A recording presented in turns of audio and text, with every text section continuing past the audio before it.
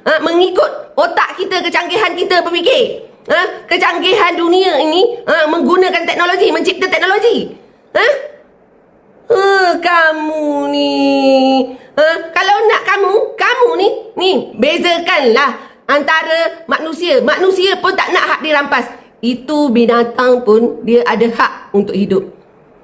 Nak bela dia dekat tempat yang semula jadi. Jangan pergi letak dekat zoo atas simen macam tu. Tu tak ada makan. Kat mananya pembaikan? Kat mananya pembaikan, saya tanya? Dekat mana pembaikan yang kamu kata pembaikan? Tak ada pembaikan bagi saya. Saya ada sistem. Kamu jangan bercerita pasal pembaikan. Saya tidak perlu pengiktirafan manusia. Kamu jawab soalan macam orang baru masuk tadika semalam. Gajah, saya kata sekali lagi, gajah tak perlukan teknologi yang tercanggih di dunia sekalipun. Tak perlu. Sepatutnya kita, negara Malaysia tu, menjaga khazanah itu untuk meningkatkan pembiakan dia, untuk menjadikan negara kita ini maju. Bukannya kita hantar gajah dekat negara kita untuk negara maju macam Jepun tu. Biarkan dia cipta robot dia.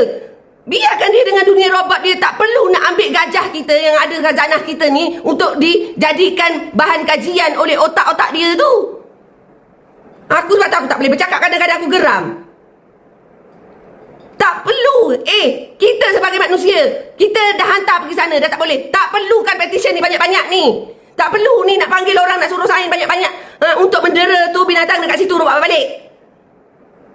Kamu ni lah, masing-masing mentang-mentang ada. Fikir akal logik. Fikir akal logik. Itu bukan ayam. Itu bukannya kerbau. Itu bukan lembu. Itu gajah. Gajah ni tu. Gajah tahu menghormati manusia. Binatang tahu menghormati manusia. Dia duduk kat dalam hutan, tahu menghormati manusia. Tapi manusia tak pandai pun nak menghargai khazanah bumi yang Allah bagi. Secanggih apa pun teknologi di Jepun, dia tidak akan dapat menandingi arkitek hutan itu. Kamu tahu tu gajah tu apa? Dia adalah arkitek hutan terbaik di dunia. Tak akan ada seorang makhluk pun yang boleh menandingi kehebatan arkitek hutan itu. Kamu ni menyiksakan. Nak bayangkan kamu hantar dia kat situ untuk diseksa dekat situ.